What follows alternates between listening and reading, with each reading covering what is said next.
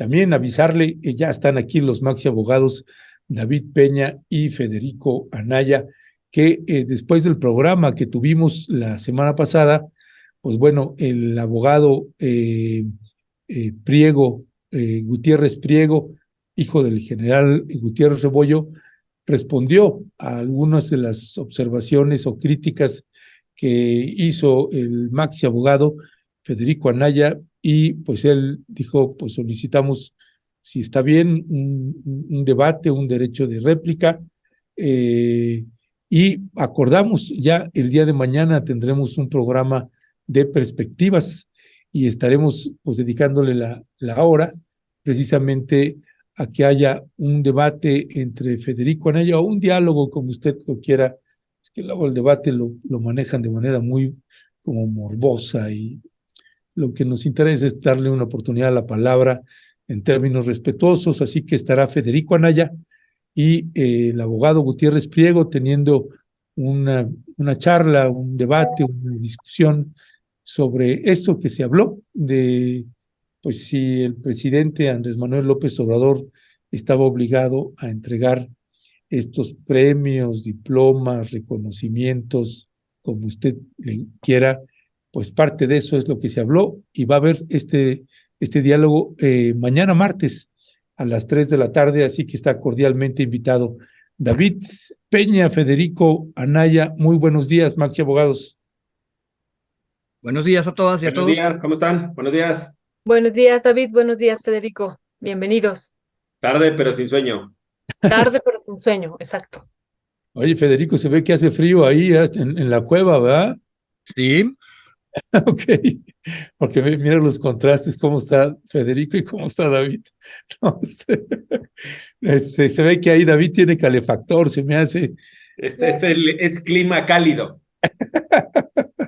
Ok, bueno, David, ya no nos dio tiempo de meter esta capsulita sobre este primer tema del que vamos a abordar, que tiene que ver con precisamente lo que sucedió, eso que habló el presidente Andrés Manuel López Obrador sobre la ex titular de la Comisión Nacional de Búsqueda, Carla Quintana, donde pues el presidente señalaba que bueno, colocó algunas diferencias que al parecer se tenían con Carla Quintana, y después, hace pocos días, él hizo otros señalamientos sobre Carla Quintana que señalamos nosotros que eran imprecisos. Por ejemplo, el presidente decía que Carla Quintana había dado alguna conferencia a Carmen Aristegui para hablar de su renuncia y de documentación que supuestamente había entregado, datos y cifras, y pues nosotros verificamos y nada de eso era correcto o preciso. Pero bueno, ¿cuál es tu balance de esto que sucedió y qué es lo que está a debate o en juego ahí, David? Bueno, gracias. Un saludo a todas, a todos. Nada más de contexto, colocábamos el tema como un tema de discusión o para conversar el día de hoy, justo porque el viernes se cerró la convocatoria, por así decirlo, de un proceso para dirigir la Comisión Nacional de Búsqueda. La ley de personas desaparecidas, la ley de desaparición forzada, desaparición cometida por particulares y del Sistema Nacional de Búsqueda establece que hay un procedimiento o que debe de haber un procedimiento para poder elegir a la persona que encabezará la Comisión Nacional de Búsqueda. Es un procedimiento en el que participa sociedad civil, en el que participan especialistas, investigadoras, académicas, académicos, y sobre todo ahora participan familiares de víctimas de personas desaparecidas. Se abre este proceso de auscultación, digamos, más que para revisar los perfiles, se abre una convocatoria, se reciben los perfiles de las personas, se hace una selección, el consejo de la propia Comisión Nacional de Búsquedas, en el que participa la Secretaría de Gobernación y otras autoridades, se hace esta revisión y se va escogiendo, digamos, quiénes son o qué persona puede hacer el mejor perfil para encabezar la Comisión Nacional de Búsqueda. Sobre pretexto de ese cierre de convocatoria que fue el viernes de la semana pasada, se habían registrado poco más de 100 personas, 140 personas se habían registrado para encabezar la Comisión Nacional de Búsqueda, de acuerdo a algunas notas que habían salido en medios y de información que difundió la propia Secretaría de Gobernación. En ese marco, a mí me parecía importante retomar de nuevo cuenta la discusión, no solo ya en el histórico de lo que representó la Comisión Nacional de Búsqueda, sino hacia adelante, qué representa o qué riesgo o qué afrenta tendría ahora la Comisión Nacional de Búsqueda a la persona que encabece, digamos, en el marco de la selección de la persona que la va a encabezar la Comisión Nacional, cuáles son los retos que tiene la Comisión Nacional de Búsqueda hacia adelante. Aquí se ha mencionado en muchos programas o en varios programas el tema de la desaparición, que tendría que ser una de las prioridades del Estado mexicano, que tendrían que haberse dedicado y dirigido muchos más recursos personales, materiales, económicos para la búsqueda de personas. No fue así. Ha habido, digamos, un interés por parte del presidente particular sobre el tema en los meses recientes, hace 5 o 6 meses para acá. Yo no digo que no lo hubiera tenido antes, pero ahora hay digamos, cuando menos públicamente ha demostrado un mayor interés en el caso, ¿no? Cosa que por un lado yo puedo aplaudir, desde el lado de la sociedad civil, aplaudimos que que el presidente tenga mayor interés en este tipo de asuntos, pero por el otro, la forma en la que está participando, desde mi particular punto de vista, no resulta ser la idónea o la esperada. Y voy justo a ese punto específicamente sobre la salida, ya platicamos aquí, la salida de Carla Quintana, la comisionada de búsqueda, las críticas que en su momento hizo el presidente al posicionamiento que había tenido Carla Quintana en el marco, y voy cerrando este contexto, en el marco de lo que el presidente había anunciado como una especie de censo, entre comillas, de actualización de la plataforma o del Sistema Nacional de Personas, del Registro Nacional de Personas Desaparecidas. Esta especie de censo de actualización habría generado diferencias en el gabinete, entre ellas la diferencia, una posición dura por parte de la comisionada Carla Quintana, y eso fue derivado en conflictos o problemas, digamos, no conflictos, pero diferencias al interior del gabinete, lo que pues ella la hizo tomar la decisión de separarse del cargo. Todo este contexto es justo para que retomar el tema de la semana pasada, no sé si fue el miércoles o el jueves, el presidente en la mañanera volvió a retomar el tema de la Comisión Nacional de Búsqueda, volvió a retomar el tema de Carla Quintana, pero más que imprecisiones que decías, mi querido Ernesto, o sea, a mí me parece que es desinformación del presidente. Entiendo que el presidente no pueda tener la información de todos los problemas y de todo lo que pasa en el país, pero si va a pronunciarse públicamente sobre el tema o sobre la persona, en este caso de Carla Quintana, a mí me parecería que hasta por respeto al público, digamos, de atención, debería tener la información sobre de quién va a hablar. Y me refiero específicamente al papel de Carla Quintana y a la persona de Carla Quintana, porque cuando el presidente hace referencia a ella, dice que era una de las personas impulsadas por la OEA y por estos organismos internacionales. Primer mentira, porque ahí no es imprecisión, es una mentira. Carla Quintana formaba parte del equipo de trabajo de Olga Sánchez Cordero. En la Suprema Corte de Justicia, ella participó como secretaria de Estudio y Cuenta de Olga Sánchez Cordero durante prácticamente más de una década. Su formación se hizo desde el Poder Judicial en el ámbito de derechos humanos. Ella fue una de las primeras proyectistas dentro de la Suprema Corte que empezó a elaborar estas sentencias con esta perspectiva de derechos humanos, entre ellas el tema de desaparición, no solo el tema de desaparición, pero ella provenía de una carrera judicial, es decir, su trabajo lo había hecho en sede judicial. Quien propone a Carla Quintana para la Comisión Nacional de Búsqueda es Olga Sánchez Cordero. No la propuso ningún organismo internacional, ni fue respaldada por organismos internacionales, ni estuvo incluso respaldada por estos organismos.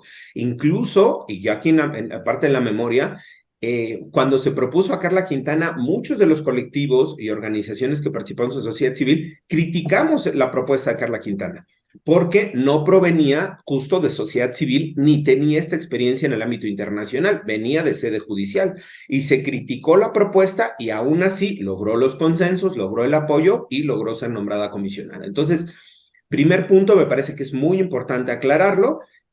no proviene de la OEA ni de organismos internacionales ni de la CID, era una propuesta del equipo de trabajo de Olga Sánchez Cordero cuando fue ella ministra de la Suprema Corte, pasa a ser secretaria de Gobernación y como parte de la conformación de su equipo de trabajo en una de las áreas que yo sigo pensando y coincido con Ernesto y que se ha dicho aquí, tiene que ser una de las áreas prioritarias del Estado mexicano, que es el tema de desaparición, nombra a Carla Quintana, propone a Carla Quintana, se hacen todos estos consensos y se nombra a Carla Quintana. Y segundo, y el último punto, ya con eso termino, tiene que ver con esta idea del presidente que vincula, mezcla entre lo que ocurrió en Ayotzinapa y el papel de Carla Quintana diciendo o haciendo una inferencia como de que tenían infiltrados, no lo dice el presidente, pero lo infiere el presidente como de que había personajes infiltrados en el gobierno, se nos metieron en el gobierno literalmente, haciendo alusión al ex fiscal del caso Ayotzinapa en la Fiscalía General de la República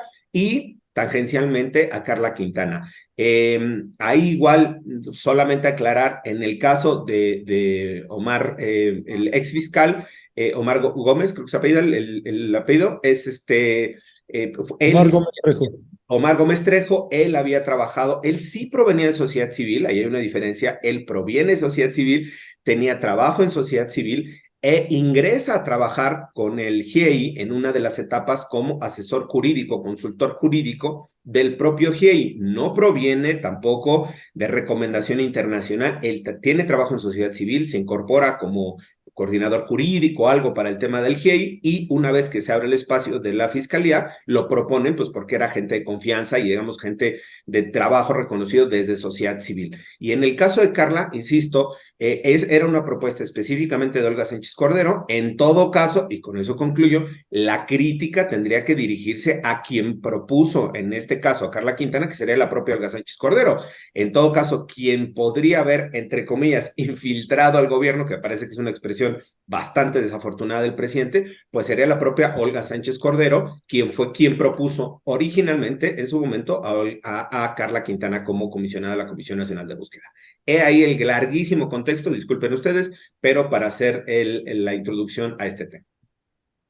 Larguísimo, larguísimo. No, no es cierto. No, muy bien, David, muchísimas gracias. Qué bueno que tú estás diciendo eso, porque si no queda la duda, ¿no? Si viene de la OEA, de dónde viene. Me parece que estas precisiones son muy, muy importantes para todos y todas. Y bueno, yo nada más para darle la palabra a Federico Anaya, dos momentos. Este momento cuando Carla Quintana renuncia y que dice ella, en virtud de los contextos actuales, ¿no? Es que presento mi renuncia, esa frase, ¿no? Que después la hemos aquí comentado en algún otro momento, y lo que comentó el presidente la semana pasada de los 126,000 desaparecidos en México, que la excomisionada Carla Quintana decía que la mayoría de los desaparecidos eran de este tiempo, de esta administración, ¿no? Y eso es parte de lo que vimos de las declaraciones del presidente. ¿Qué decir sobre esto, Federico Anaya?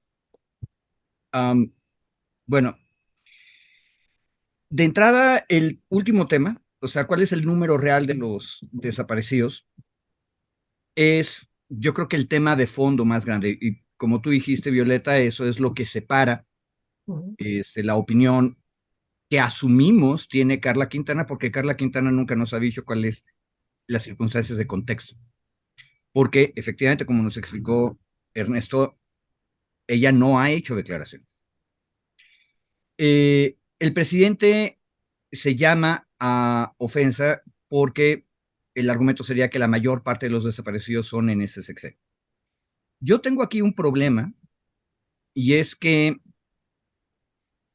cuando el presidente se llama a ofensa es porque la palabra desaparición forzada se liga directamente con un acto político.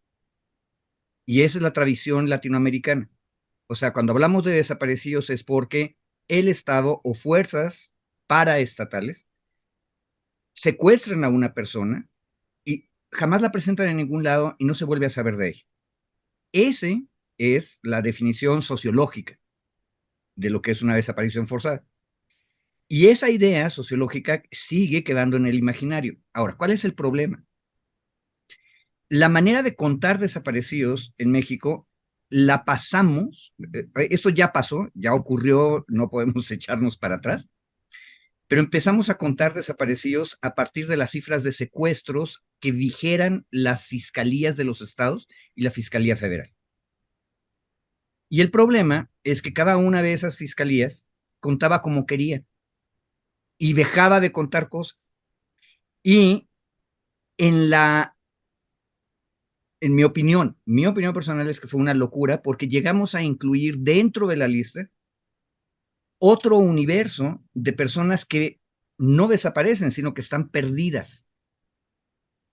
Ahora, cuando tú haces eso, el problema es que entonces la cifra, por un lado, se puede hacer muy grande y en los sexenios anteriores me parece perfectamente claro que el caos y el inflar la cifra es una manera de ocultar la cifra de desapariciones reales. O sea, tenemos casos como el municipio de Allende en Coahuila, donde tú tienes ahí claramente una desaparición forzada, aunque esté ligada al narcotráfico, pero que está asumida y aceptada por el gobierno del estado de Coahuila, por ejemplo. Y entonces yo sí pondría el caso de Allende dentro de la cifra. Pero el problema es que no tenemos una cifra clara. Y lo que sí sabemos, durante el periodo de trabajo de Carla Quintana, una de las cosas que había que hacer era empezar a limpiar esa cifra. Y parte de la limpieza de la cifra empezó en la Ciudad de México. Y en la Ciudad de México, efectivamente, lo que ocurrió, ojo, si la cifra está tan grande y tan enredada como acabo de decirla, es increíblemente fácil que cuando empiezas a hacer una revisión, casa por casa, vas a ir encontrando personas que fueron encontradas, que no se reportaron de regreso dentro del canal oficial, etcétera, etcétera, etcétera.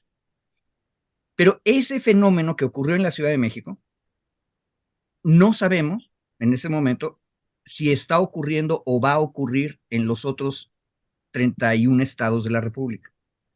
Y aquí volvemos a tener un problema, porque los que van a ir a hacer la verificación básicamente van a ser las mismas personas que hicieron mal la primera cuenta. Y ojo, uno de nuestros temas favoritos en este espacio son las fiscalías y el caos general en que viven las fiscalías. Bueno, y también en esta mesa hemos discutido en alguna ocasión cómo las comisiones de búsqueda en los estados ni siquiera tienen presupuesto o cuando lo tienen lo utilizan mal. Ahora, ¿qué sabemos? De las últimas cosas que hizo Carla fue hablar con todos los involucrados y establecer un protocolo para hacer esta expurgación limpia o clarificación de la cifra. Empezaron a hacerlo en la Ciudad de México y los resultados fueron los que dijo el presidente, que bajó el número. Ahora, dicho todo lo que acabo de decir, yo entiendo por qué el presidente se llama ofensa. Porque él está asumiendo que le acusan de ser políticamente responsable de desapariciones forzadas en términos políticos. Es decir, que el Estado mexicano, bajo la administración López Obrador, está reprimiendo a sus enemigos, desapareciéndolos forzadamente. Bueno, eso efectivamente es una falsedad. Eso no ha ocurrido. ¿Cuál es el problema? Que como hemos estado trabajando la cifra de desaparecidos, todos y todas, esa lectura es posible. Y en época electoral, por supuesto que se va a hacer esa lectura. Entonces, lo que yo creo es que este es realmente el peor momento para estar cambiando de cabeza de la unidad, de la agencia del gobierno que está encargada de desapariciones. Pero Carla Quintana ya renunció, no nos ha explicado por qué. Eso sí, qué bueno que hay que aclarárselo al presidente, no fue por eso. Segundo, el origen de Carla Quintana no es el que dijo el presidente, y también eso hay que decirlo. Y ojo, paso en la última parte, a mí de este debate, una de las cosas que me preocupa es que todo mundo dice lo que dijo la otra persona, y luego ni siquiera vamos a ver exactamente qué fue lo que dijo. Y lo está haciendo todo el mundo, empezando por el presidente. O sea, el presidente dijo, Carla Quintana fue con Aristegui. No, Carla Quintana no ha ido con Aristegui. Entonces, eso hay que decirlo con claridad. Pero luego también es bien fácil agarrar y decir, lo que quiso decir el presidente fue. Y hay que tener mucho cuidado con eso. Ahora, de esa bruma que acabo de mencionar, ¿qué es lo que sí veo yo en claro? David decía que el presidente está desinformado. y me parece que es correcto. Ahora, porque el presidente no puede estar en todo. El presidente tiene un gabinete que le informa de cosas. Y dentro de los gabinetes, por cierto, para los que no sabían, así son las democracias. Los gabinetes se pelean entre ellos, secretario contra secretaria, y para ver quién tiene el oído del presidente y a quién le va a hacer caso el presidente. Entonces es evidente que cuando el presidente dice, vienen de la OEA y eso es una conspiración. Ojo, yo estoy haciendo lo que yo dije que no hay que hacer, ¿verdad? Porque eso no fue lo que dijo el presidente, pero eso es lo que estamos entendiendo, ¿sí? Cuando eso ocurre, mi punto es, ¿quién dentro del gabinete le dijo eso?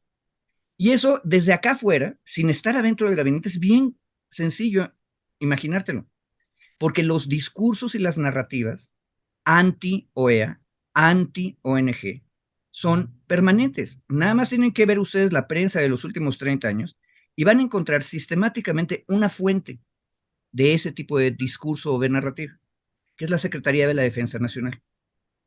Esos son los que están diciendo eso. Lo han dicho siempre, no es cosa nueva. Y por otro lado, tenemos la gente que ha estado construyendo desde la civilidad y desde los civiles las cosas. A veces viene de sede judicial, aburridísimos, diríamos algunos, que es el mundo de Carla Quintana, Olga Sánchez Cordero, que propusieron eso en el equipo y de ahí viene ella. Ojo, también están las ONGs. La historia de Omar Gómez es maravillosa en el sentido de cómo fue caminando. Y mi recomendación, por cierto, de esto, es leer con atención la larguísima entrevista, que en realidad no es entrevista, es un artículo de fondo en base a una entrevista de John Gibler con Omar Gómez Trejo, el ex fiscal del caso Ayotzinapa. Es una pieza muy larga, pesadona de leer, porque aparte John hace el contexto de todo lo que pasó antes, pero luego tiene muchos elementos que vienen de la entrevista con Omar, donde nosotros, ciudadanos y ciudadanas, podemos ver cómo una persona que llega a una administración vetusta, vieja, llena de cuadros burocráticos horripilantes que no saben hacer investigaciones criminales en la Fiscalía General de la República, trata de construir una investigación decente y luego lo van acotando, lo van cerrando. Y una cosa que es muy buena de la entrevista de John es que también vemos cuáles son las reacciones de Omar. Y esa entrevista nos permite evaluar qué tanto fue prudente en términos políticos el compañero Omar. Ojo, leer eso nos da una idea de que sí, efectivamente, había una pugna horrible dentro de la Fiscalía General de la República. Y yo identifico dos campos, otra vez, Fiscalía General de la República Centro, Hertz Manero, en contra de Omar Gómez Trejo, que es la UELICA, la unidad especializada para Ayotzinapa. Y ahí otra vez aparece el mismo actor, porque el ciudadano fiscal general, Hertz, es uña y mugre parte del sistema de represión con el ejército mexicano desde los años 1970. Esto es público, lean ustedes su biografía. En el gran pleito contra CONACYT de Hertz, ahí viene su biografía. Y entonces empezamos a entender que efectivamente hay una batalla burocrática entre los que no quieren que se investigue bien un caso y los que sí tratan de hacerlo. Creo que vale la pena, y con eso cierro, perdón, también mi comentario fue también muy largo. Leamos Gibler, Omar Gómez Trejo, porque ahí vamos a ver algo que no tenemos para el caso de Carla Quintana, que es la palabra del nuevo burócrata, el que viene de fuera de la burocracia tradicional, que tiene problemas con la vieja burocracia y a veces tiene éxito en las cosas que hace y a veces no. Y eso tenemos que aprenderlo todas y todos, porque en algún momento, en un sistema democrático, todo mundo va a tener que estar dentro de la administración y va a tener que lidiar con esas broncas. Y bueno, amén. Ya, gracias, Federico. Le comento, ya se le hemos pegado como 30 veces. Bueno, esta es la 31. Ya le pegamos este extraordinario reportaje de John Gibler que publica en A dónde van los desaparecidos. Y John, además, como lo comentamos hace muchos años, pues es un periodista que no es de redes sociales, no le gusta el reflector, No es Anabel Hernández que está en todos los medios y aparece y entonces tienes 1 millón de reproducciones. No, John es un periodista más ensimismado, un tipo muchísimo más discreto. Para que usted me entienda, ni WhatsApp usa, ni no, está fuera de esos circuitos, hace su trabajo y como señalamos desde el 2014, 15, 16, pues es un periodista que ha dado un seguimiento muy estricto y riguroso al tema de Ayotzinapa y ya le pegamos por vez número 31 ese reportaje que publica en A dónde van los desaparecidos al que se refiere Federico. Mi querido David, hay otra parte también de la desinformación o como se le quiera llamar que tiene el presidente con respecto de que en esta administración bajo la dirección de la Comisión Nacional de Búsqueda de Carla Quintana se afirma que en este sexenio es donde hay más desaparecidos y eso tampoco es cierto. No dice, Carla ni la Comisión Nacional de Búsqueda ha dicho que en este sexenio hay más desaparecidos. No sé quién le dijo eso al presidente, pero no, hay una página web donde hay un mecanismo público donde la gente puede subir la información y que ese es algo que me imagino que te tocó también debatirlo y discutirlo, David, sobre el registro, ¿no? Este registro, las deficiencias que había en este registro, la misma Carla también lo señalaba y bueno, siempre había los distintos ángulos, algunos colectivas de búsqueda, pues muy críticos con Carla Quintana, otros con el presidente y otros con la CEAP y en fin, había un poco de todo. Tú que has estado metido y en los debates y en las discusiones sobre este tema, ¿qué más puntualizarías? Mire, yo solo no fueron alusiones personales de mi querido Federico, pero justo para evitar esto de que el que dijo, dije, pedí a la producción que si nos podían poner el byte de Andrés Manuel de la semana pasada de cuando se había referido a la Comisión Nacional de Búsqueda. Por un tema de producción no se logró reproducir, pero no fue una omisión de nuestro lado el no repetir las palabras del presidente y sobre esas palabras específicamente pronunciarnos. Digo nada más como para aclaración, para que no fuera de este lado. Fue un tema y además no es solo, ahí también yo tengo mucha responsabilidad. Uno, David no lo pidió hace un rato, no nos dio tiempo, pero yo creo que eso nosotros debimos haberlo previsto desde ayer en la noche que definimos cuando vimos la propuesta de David. Así que una disculpa, mi querido Maxi abogado. Mea culpa, nostra culpa en el colectivo. Y yo creo que, a ver, hay varios temas que me gustaría ir justo puntualizando. En el chat preguntaban la diferencia entre persona desaparecida, ausente y o extraviada, que hacía la referencia a mi querido Federico. Brevemente, nada más es cuando se presume que una persona pudo ser víctima de algún delito, se clasifica como desaparición. Cuando no se presume que haya sido víctima de un delito, se pone como extravío o ausencia, y eso ya va en función de si la persona es mayor de edad o menor de edad, si la persona tiene, digamos, algún problema de salud mental o no, si la problema, es decir, tiene ahí varias, por ejemplo, una persona que viene de Chiapas, Tzotzil, a la Ciudad de México, no tiene ninguna discapacidad, pero simplemente se extravió, no sabe moverse en la Ciudad de México, no presenta una ausencia, no se presume que se haya cometido un delito, pero simplemente está extraviada, no se encuentra. Esas son, digamos, como las clasificaciones generales. Y sobre eso me parece muy interesante la discusión que se hace en torno a lo del censo de actualización de las personas, del Registro Nacional de Personas Desaparecidas, justo porque uno de lo que se ha buscado es la mayor capacidad de sistematizar la información del Registro Nacional de Personas Desaparecidas y de consolidar esa información. ¿A qué le llamamos consolidar en términos de bases de datos? Es decir, que la información no esté dispersa, que esté unificada en una sola, digamos, en una sola entidad, en este caso el Registro Nacional de Personas Desaparecidas, pero que además esa información pueda ser corroborada con distintas autoridades. Y ahí me parece que entra un dato muy importante. cuando se habla de desaparición forzada, como lo decía Federico, se hace la presunción de que participan agentes del Estado, policías, militares, marinos, tal, ministerios públicos, lo que sea. Y cuando se habla ahora de desaparición cometida por particulares, es cuando no hay indicios de que haya sido una autoridad, pero se cometió un delito. Es decir, sigue la existencia del delito, pero no hay elementos de que presuman la participación de una autoridad. Esa franja de desaparición cometida por particulares se dispara en el sexenio de Andrés Manuel, no la relacionada con desaparición forzada, que es lo que dice Federico, la que está donde participan agentes del Estado. Pero la desaparición cometida por particulares se detona justo porque está, yo no sé si la totalidad relacionada, pero casi la totalidad de esos actos con delincuencia organizada, con redes de trata, con cárteles o células de cárteles que están operando. Y por eso esa cantidad de personas identificadas con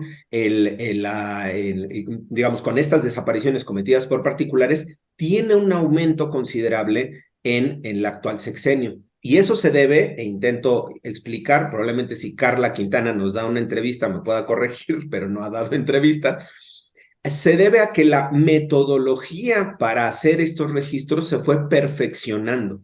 Es decir, cuando entra justo Carla Quintana, va estableciendo metodologías de sistematización y de registro. Entre ellos, el protocolo homologado para la búsqueda de personas. Este protocolo homologado, que ya tiene casi 2 años de haberse publicado, que está vigente, modifica la forma en la que se van a estar registrando todos estos casos y eso probablemente tuvo un impacto en el registro del aumento de estos casos de desaparición. Insisto, no es que haya habido un aumento material, probablemente lo pudo haber habido en términos de datos, pero además la forma del registro se homologa el registro. Y eso es muy importante. Si eso repercute en que personas que antes eran registradas, por ejemplo, como secuestradas, hoy están registradas como desaparecidas, a mí me da mucha mayor claridad tener, digamos, la información que se tiene o tener los datos de lo que se va documentando en un sistema homologado y en un sistema consolidado público. Además, el sistema es público. 2, si eso, insisto, tiene una repercusión en las cifras, pues probablemente se habría que tener entonces una aclaración metodológica. No es que haya habido más aumento en términos de proporción, sino que la forma de registro ha cambiado. Y eso me parece que igual es información que tendría que tener el presidente si se va a pronunciar sobre los temas. Yo insisto, no tiene por qué conocer de todo, pero si se va a pronunciar sobre esos temas, tener esta información en específico. Y 3, y con eso me parece que creo que el punto de la diferencia que se tuvo en esta actualización del censo, por así decirlo, es que el registro, el protocolo homologado para búsqueda de personas, que establece la obligación de los 3 niveles de gobierno y de la forma en la que va a estar operando el Sistema Nacional de Búsqueda, establece que son las 3 autoridades encargadas de hacer el registro de una desaparición son autoridades ministeriales, o sea, todos los ministerios públicos, todas las fiscalías, incluyendo la general, seguridad pública, todas las instituciones de seguridad pública y los juzgados, cuando se tenga conocimiento alguna instancia judicial de una desaparición. Son estas 3 bloques de instancias, digamos, o 3, pues sí, de autoridades más bien, las que tienen la facultad para hacer el registro en el Registro Nacional de Personas Desaparecidas. ¿Por qué? Pues porque justo lo que buscas es cerrar este margen que quedaba abierto o que quedaba fuera de un mecanismo de verificación o de control. Al ser estas autoridades, ellas tienen la obligación de corroborar la información, de verificar que la información sea cierta y entonces hacen este registro en el Registro Nacional de Personas Desaparecidas. Las comisiones locales y la Comisión Nacional de Búsqueda hacen un registro con base en la información que se les llega de las autoridades y ellas alimentan el sistema. No son las que suben, digamos, la Comisión Nacional de Búsqueda no recibe por primera instancia una denuncia de desaparición. Generalmente se recibe en instituciones de seguridad, en juzgados o en ministerios públicos o en las comisiones locales. Y son estas las que alimentan. Cierro nada más de este tema de discusión que me parece muy interesante, justo porque al crearse este sistema lo que se busca es evitar que se queden datos en el aire, que se queden datos de subregistro y evitar que sea a discrecionalidad de una persona o de unas personas que se digan cuáles se registran y cuáles no. Se establece un protocolo. De ahí la diferencia. Cuando se hace la actualización o la propuesta de actualización del censo, el presidente dice, hemos ido a buscar a las personas a sus casas para verificar si estaban o no. Si se hizo así, y yo creo lo que está diciendo el presidente, tendría que haberse hecho de acuerdo al protocolo. No sé si se hizo o no.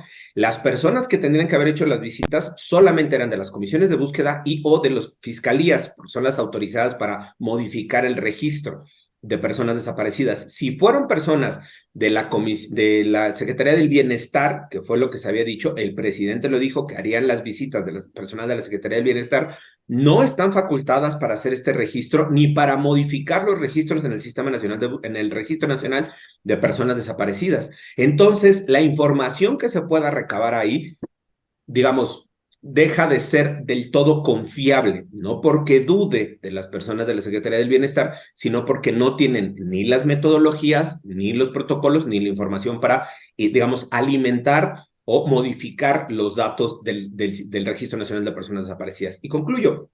Creo que la información y el debate que se está generando en torno al sistema, a la necesidad de mejorar y de impulsar este tipo de acciones, digamos, de búsqueda, yo sí me quedaría con la pregunta, ¿por qué este ahínco que se ha metido ahora en mandar a la gente del bienestar, en destinar recursos del bienestar para la búsqueda de personas, por qué no se hizo en los primeros meses del sexenio?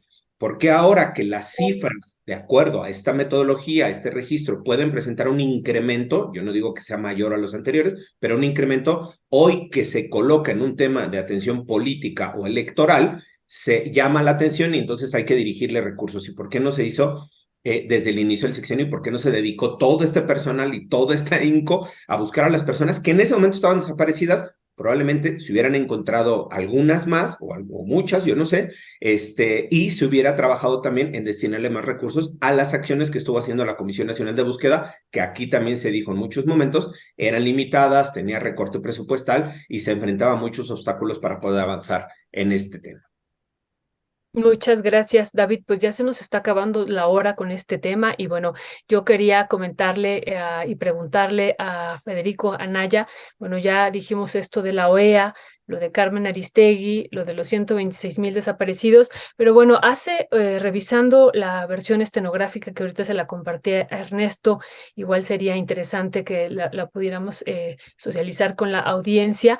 Al último, él hace una afirmación que también me parece importante, digo, además de lo que ya estaba diciendo ahorita David, de los datos, dice el presidente, pero para que quedara constancia de que había 126,000 desaparecidos, envió el registro antes de irse a la ONU, a la OEA y a las organizaciones supuestamente defensoras de derechos humanos, pero con la idea de que a lo mejor nosotros íbamos a alterar los resultados, ¿no? O sea, con esa idea, dice el presidente, que Carla Quintana, la excomisionada, comparte, ¿no? Esta base de datos con la ONU y con la OEA, que también eso me parece delicado que lo haya así manejado el presidente. ¿Cuál sería tu visión sobre esto, Federico? A ver, el presidente está haciendo declaraciones con elementos que no son reales. Y mi opinión, ya la dije, la fuente de esa desinformación proviene de una parte de su gabinete, en mi opinión, de la Sedena. ¿Por qué? Porque esa narrativa siempre la han tenido los compañeros militares. En ese contexto, me puedo imaginar también que esa fuente de información está haciendo, y aparte fue a decirles. Entonces, el presidente reproduce eso. Yo creo que ahí hay cierta virtud o otra virtud de estas mañaneras, porque entonces el presidente dice esto y nosotros podemos imaginar con toda claridad de dónde viene la narrativa. Aquí la parte importante es que Alejandro Encinas sigue siendo el subsecretario de Derechos Humanos y que el trabajo de la Comisión de Búsqueda sigue adelante.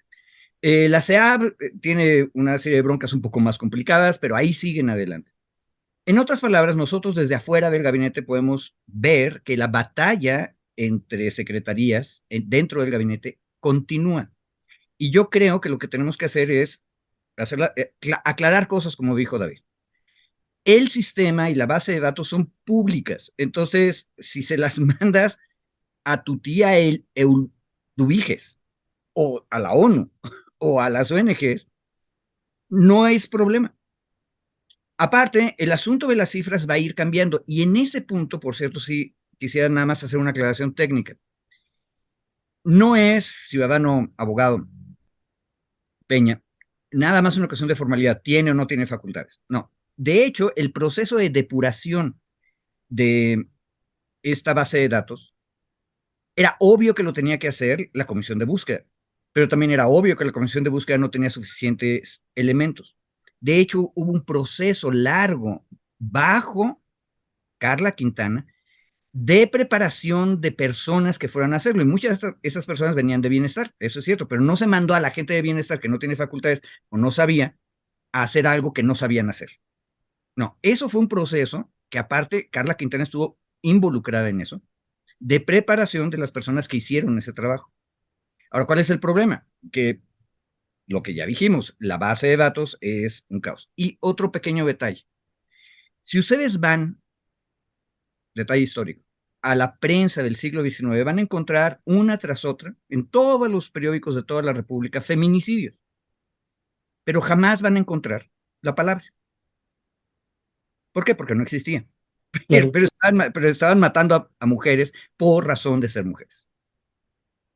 Y uno de las broncas que tiene hacer las cosas bien, que es lo que hizo Carla Quintana, es que empiezas a aclarar lo que nos explicó David acerca de esta franja gris.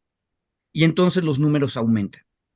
Ojo, hay que tener mucho cuidado también con el comentario que siempre es cínico desde las derechas sociales, diciendo, todas las cosas están empeorando porque ahora resulta, cuando acabábamos de lograr que hubiera feminicidio en el Código Penal, inmediatamente hubo la tía panista que todos tenemos, el comentario, es que todo empeora, porque ahora hay miles de feminicidios, y aparte hasta se disfrazan de matemáticos y dicen, hubo un aumento del 100%, pues sí, porque antes era 0 y ahora es 1. Entonces, 1 es un aumento de 100%. Perdón, mi querido Federico, nada más una notita sobre eso. Cuando se tipifica el delito de feminicidio, el primer estado en tipificarlo fue el Estado de México. Y durante los primeros 3 años hubo una reducción del 40% de los feminicidios en el Estado de México. Exacto. Justo porque la forma de registrarlo cambió. Entonces, de tener 100 al año, por decir algo, ahora tenían 60. Y entonces dijeron, hubo una reducción de los feminicidios. Madres, fue una reducción, o sea, fue la forma en la que lo registraban, lo que cambia, y eso impactó en la, digamos, reducción. No hubo reducción, solo manipulación. Perdón, perdón por... No, y tiene toda la razón, David. O sea, lo que la audiencia tiene que estar lista es no solamente quedarse en las declaraciones, que las declaraciones pueden estar influidas por desinformaciones, en este caso, en mi opinión, por la guerra dentro del gabinete, que hay. Y en el otro lado tenemos que leer detrás de las cifras qué es lo que está pasando. Y hay cosas reales. Cuando empiezas a contar algo nuevo, eso algo nuevo va a aumentar. Ojo, de hecho eso es lo natural. Si pasa lo que ocurrió en el Estado de México, atención, ahí hay una manipulación evidente. Pero eso lo vamos aprendiendo como ciudadanía según vamos leyendo y viendo los casos. Ese sería mi comentario. Ya, gracias. Bueno, tenemos un fragmentito ahí, no sé qué es la parte mero exacta que viene porque se extendió esa vez el presidente, no nos podemos extender tanto, pero ya aquí el Vikingo Peña ya tiene aquí esto que había solicitado el maxi abogado. Se sintió aludido, le pegué en el ego a mi primo. Sí, no, sí. Se está riendo. Órale, vamos a verlo, por favor.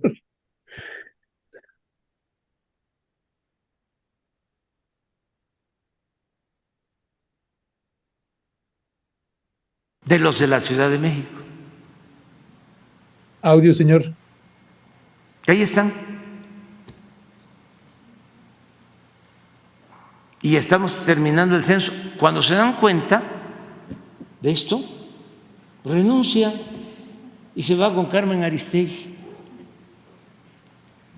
a decir que nosotros estábamos manipulando el registro de desaparecidos.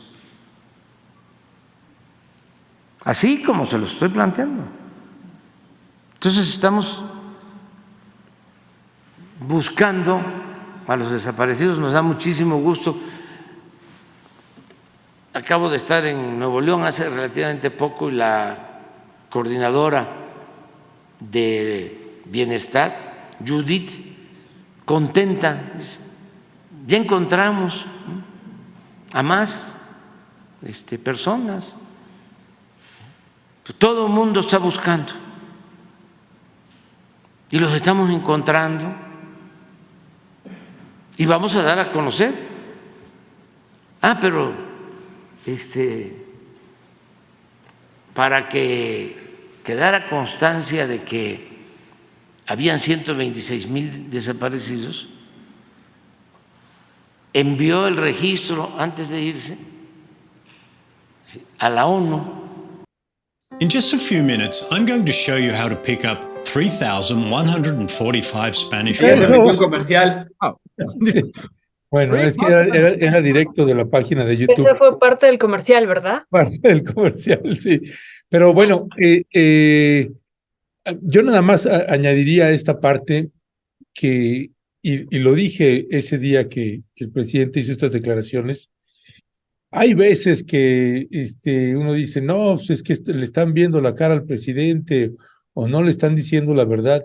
Y de hecho, últimamente él ha dicho, se ha referido a eso, es que dicen que no soy yo, que es alguien. No, yo sí sé, etcétera. Pero este es un claro ejemplo de que no es cierto. O sea, alguien, por ejemplo, en este caso en específico, quien le dio toda esta información, le mintió al presidente así, sin margen de error. O sea, cuando le dice, le dio una entrevista a Carmen Aristegui, no es cierto. Le mandó el documento a la ONU y a organizaciones de derechos humanos, tampoco es cierto. Y todo es verificable. Entonces, ¿de dónde lo sacó? Como bien decía David al principio, pues no puede saber todo, efectivamente. Y en temas como ese, que no necesariamente es su especialidad, pues no lo iba a sacar así porque él se metió a investigar. Alguien fue y se lo dijo. Y lo que sí le podemos decir al presidente, si nos escucha alguna vez en esta mesa con los maxi abogados, le podemos decir con certeza plena, quien le dio toda esa información, le mintió, ¿no? Ese me parece un dato y no sé si quieres añadir algo más ahí al respecto, David. No, yo creo que es eso, justo colocamos nada más como la gente podría decir, ¿y por qué otra vez están hablando del tema? Justo, uno, porque fue pronunciamiento del presidente la semana pasada, que me parece muy importante retomarlo, y dos, porque, perdón, en la proyección yo decía de más de 100 personas que se registraron para la Comisión Nacional de Búsqueda, viene un proceso muy interesante de auscultación, no me gusta el término, pero digamos de revisión de perfiles, de revisión de experiencias, ver quién puede estar a cargo de la Comisión Nacional de Búsqueda, que es pues prácticamente estos son 9, 10 meses que quedan de gobierno, con la posibilidad de que la persona que sea elegida o seleccionada pues pueda continuar en la siguiente administración, en caso de que gane la Morena, pudiera continuar en la conducción de la Comisión Nacional de Búsqueda. Pero creo que los retos que enfrenta de los retos que enfrenta la Comisión Nacional de Búsqueda, en esta parte metodológica se ha avanzado, en la parte de registro, en la parte de documentación, los protocolos, hay que reconocerle el trabajo que hizo en su momento Carla Quintana, lo hemos hecho públicamente, también hubo deficiencias, nosotros tuvimos en varias ocasiones diferencias serias con su equipo sobre la forma en la que estaban haciendo los análisis de contexto, la forma en la que seleccionaban un caso y no otro, es decir, forma parte del ejercicio público de un cargo tan complejo, de un cargo tan complicado, y yo ahí centraría la atención. El cargo de la Comisión Nacional de Búsqueda es un cargo complejo, es un cargo político, pero además tiene que ser un cargo técnico, es decir, tiene que ser un cargo que entienda la problemática de la administración pública, pero además que logre resolver estos problemas y atender yo no digo con sensibilidad, con responsabilidad, las peticiones de los familiares de las y los colectivos de personas desaparecidas.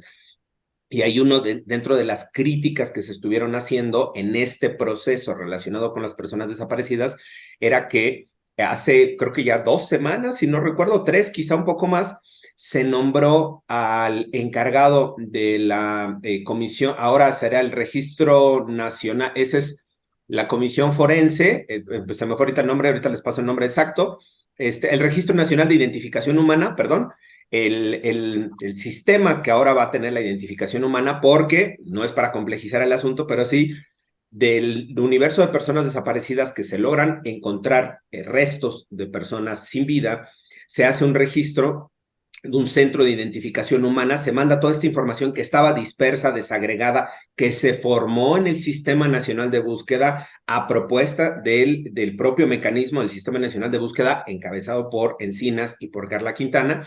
Se hace este centro de identificación humana que está en Morelos, todavía no termina de construir, el lugar ya está habilitado, falta infraestructura, faltan, cosas ahí de tecnología, que es una especie de banco central de datos genéticos de las personas desaparecidas. Lo que se busca es en este centro de identificación humana se tengan todos estos registros de las personas que son encontradas sin vida, los restos de las personas sin vida, pero que por cuestiones de presupuesto, de metodología, de la condición del hallazgo, ya no se puede hacer la confronta con los registros de las personas desaparecidas, o no se ha logrado hacer. Tú encuentras un resto, y ese resto, por ejemplo, si lo encuentras en Morelos, pues tú haces la confronta de ese resto de ADN con las personas desaparecidas en Morelos, y ahí te puede dar una coincidencia. El problema es que esta persona o este resto de esta persona que se encuentra en Morelos probablemente desapareció en Tamaulipas. Y para que tú hagas la confronta de este resto 1 a 1 frente al universo de todos los ADN de las personas desaparecidas, es costosísimo. Por eso estamos también en una crisis de identificación humana, derivado de la crisis de desaparición, una crisis de identificación humana. Y todo esto iba relacionado con que se nombró como encargado del Centro de Identificación Humana al hijo del actual nuevo fiscal de la UELEICA, de la Fiscalía General de la República, del caso Ayotzinapa. Es decir, este Ministerio Público hoy encargado del caso de Ayotzinapa, que es de Tabasco, no sabemos o no desconozco a propuesta de quién haya sido, pero se nombra para encargarse del Centro de Identificación Humana al hijo del Ministerio Público, y me refiero al hijo de este fiscal porque no conozco más de su trayectoria, ni conozco ningún trabajo que haya tenido, probablemente es ignorancia mía. Pero una de las críticas que salieron a hacer justo las familiares y los colectivos y las colectivas de personas desaparecidas fue: se está nombrando a una persona con un perfil político y no con un perfil técnico. Lo que se busca en este tipo de espacios es un perfil técnico, con conocimiento, con sensibilidad, con capacidad, pero no un perfil político, porque si no, una institución o una instancia que tendría que ser técnica, eminentemente técnica y científica, se puede convertir en una institución política. De ahí, ese fue el precedente, o el antecedente más bien, para que ahora coloquemos el foco de atención en el proceso de selección y de nombramiento de quién encabezará la Comisión Nacional de Búsqueda en el próximo año, a lo largo de lo que resta del sexenio, justo para que tenga estas cualidades en términos técnicos de conocimiento, de capacitación, pero además de sensibilidad, de experiencia y el trabajo con las víctimas, y que en la medida de lo posible se evite un nombramiento únicamente de carácter político, ¿no? Ahí está el quid del asunto. Muchas gracias, David. Nada más de esto que comentabas tú, David, ojalá y Federico también ahorita nos dé su opinión, del registro que se cerró el día viernes, como tú dices, de los 140 personas que pues enviaron su propuesta para estar en esta Comisión Nacional de Búsqueda. Dice la Secretaría de Gobernación: 62 son de colectivos de víctimas, 63 de personas expertas y 15 de organizaciones de la sociedad civil, ¿no? Y bueno, entre esas 140 personas que tú decías, pues me parece interesante, ya ahorita nos dará su punto de vista Federico, esta primera parte, 62 de colectivos de víctimas, pues que son los que andan en los territorios buscando a las y los desaparecidos, y bueno, me parece este dato importante. ¿Qué decir sobre esto, Federico? Esas cifras ya más concretas que nos das, Violeta, son una buena noticia, porque significa que hay una alta posibilidad de que la persona que quede al frente venga con una experiencia práctica. Ahora, otra vez, por eso es importantísimo ir a ver la entrevista de Gibler con Omar Gómez Trejo. Porque Omar Gómez Trejo, a mí me encantó la manera en que él expuso su trabajo, porque lo hizo con honestidad. Y hay cosas en las que yo, que he estado en la administración pública, de pronto leo lo que él está diciendo y digo, bueno, pero es que eso es una inocentada. O hay otro momento en que digo, no, eso es una valentía. Hay que aprender de esa experiencia, porque si la persona viene de un espacio fuera de la administración, va a tener muchos momentos en que haga inocentadas. Y es indispensable que haga muchas cosas valientes en contra de las burocracias permanentes, en todos lados. Entonces, hay que estar preparados para eso. Y un último detalle acerca de cuando se hace bien el trabajo.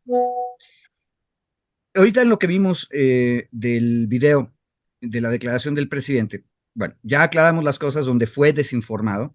Y, por cierto, yo retomo al presidente en otra vez las mañaneras, que comparó aquí al compañero Ledesma con Zarco, y se comparó él con Benito Juárez. Entonces yo lo que digo es que esa debería ser nuestra mesa de amigos de Zarco. Y lo que el presidente decía es que Zarco y su periodismo lo que hacían era confrontar a la presidencia juarista con todas las broncas que había y que no se resolvían. Y por supuesto que hubo momentos en que el presidente y Zarco se agarraron de la greña en público, lo cual es razonable en una democracia. Bueno, eso es lo que hay que hacer. El deber de quien comenta, quien conoce, quien tiene otra experiencia es decir, oiga, pero no estoy de acuerdo por esta razón. De tal manera que todos vamos acompañando a la presidencia para que la presidencia mejore su trabajo. Y ahí hay un detalle de lo que oímos al presidente. El presidente decía, me parece que en Sonora, que estaba muy contenta porque la encargada de bienestar allá dice, es que ya encontramos a más gente. Bueno, eso es un momento de contento. Ya encontramos a más gente. Cuando termine ese proceso de encontrar gente, lo que vamos a tener es más claro qué número está en las franjas que nos explicó David. Y precisamente a ese momento es a donde no quieren que lleguemos los del viejo régimen, los del aparato represor, que yo hoy dije, los identifico en Fiscalía General de la República con Hertz y en Secretaría de Defensa Nacional. Ahora, ¿por qué no quieren? ¿Porque son malos y diabólicos? No, porque en el momento en que tengamos las cifras más claras, nos vamos a dar cuenta que o no han hecho su trabajo o son cómplices del problema. Y por eso no quieren cifras claras, lo que quieren es cifras hechas un relajo para que nadie pueda decir nada con claridad. Eso lo vivimos por décadas. Ahora, dicen que la política es el juego del cuetero, o sea, pase lo que pase, sales quemado. No, pues sí, y hay que apechugar con eso y decirlo. Yo creo que el presidente luego se desespera también por eso y también le mandan una mala información donde puede decir, el problema de ese cohete que salió mal fue allá. No, hay que decir dónde están los problemas y seguir avanzando. Y un detalle legal institucional, yo que soy el antiformalista, pero hay que hacerlo, hay que fortalecer más el organismo de búsqueda, porque este asunto de que no sabemos si la persona que sea seleccionada dentro de ese proceso que va muy bien para sustituir a Carla Quintana, ¿qué va a pasar cuando cambie el sexenio? Y ojo, más allá de cómo terminen las elecciones, que ya ganamos la democracia, entonces puede pasar cualquier cosa, deberíamos preguntarnos si este tipo de cargos, aunque estén en el Poder Ejecutivo, no deberían tener candados para que haya continuidad en el trabajo. Ojo, le pusimos todos los candados para que los fiscales, que son un caos, iba a decir una mala palabra, que es un tremendo caos, ellos sí se sigan todo el tiempo que quieran, pero a cosas técnicas importantes como esta, no le ponemos esos candados. Eso, meditémoslo. Ya, pues mi querido Federico Anaya, mi querido David Peña, como siempre, muchísimas gracias. Perdón, yo tenía un minuto nada más, si me permiten hacer 3 anuncios parroquiales, aprovechando este bonito espacio, rápido. Adelante, señor. A ver, el primero de ellos era nada más informarle a la audiencia que el otro tema que teníamos aquí era el tema de los fideicomisos, la discusión que se está dando de los fideicomisos. Ya no nos dio tiempo, ojalá podamos, no sé si retomar o discutirlo. Se sigue discutiendo la desaparición de los fideicomisos en la Cámara de Diputados, de los fideicomisos del Poder Judicial, y hoy empezó un movimiento raro al interior del Poder Judicial, donde algunos sindicatos empezaron pues no abrir las instalaciones del Poder Judicial, en realidad como acto de protesta en el Palacio Judicial de San Lázaro, que está atrásito a la Cámara de Diputados, a las 10 de la mañana no habían abierto, estaban en una cosa ahí de discusión. Hay otro boletín de los trabajadores, de las y los trabajadores, de los sindicatos de los trabajadores, en otra instancia del Poder Judicial, que estaba diciendo que mañana sería el paro y no el día de hoy, digamos un poco para tenerlo en el radar, que viene ahora este otro tema que me parece muy interesante discutir. El segundo es, esta semana, el 19, el jueves, se cumple un aniversario más del asesinato de Digna Ochoa, de nuestra compañera defensora de Derechos Humanos Digna Ochoa y Plácido, y desde el Grupo de Acción por los Derechos Humanos y la Justicia Social estamos organizando un conversatorio en el Museo de Memoria y Tolerancia a partir de las 10 de la mañana, de 10 a 12, 1 del día, sobre el cumplimiento de la sentencia de Digna Ochoa, el avance y estas acciones de memoria que se han estado desarrollando a lo largo pues, de este año y medio, un poquito más de lo que se lleva de la sentencia dictada en enero del año pasado. Entonces están todas y todos cordialmente invitados. Ojalá nos puedan acompañar en el Museo de Memoria y Tolerancia a las 10 de la mañana, el día 19 de octubre. Y finalmente, un comentario en el chat. Sergio González nos dice, este es el mejor noticiario matutino. Yo con eso me voy. Con eso me voy a mi semana. Entonces, es porque está David Peña y Federico. Agradeciendo el espacio, compañeras y compañeros, ¿no? A toda la audiencia, desde luego.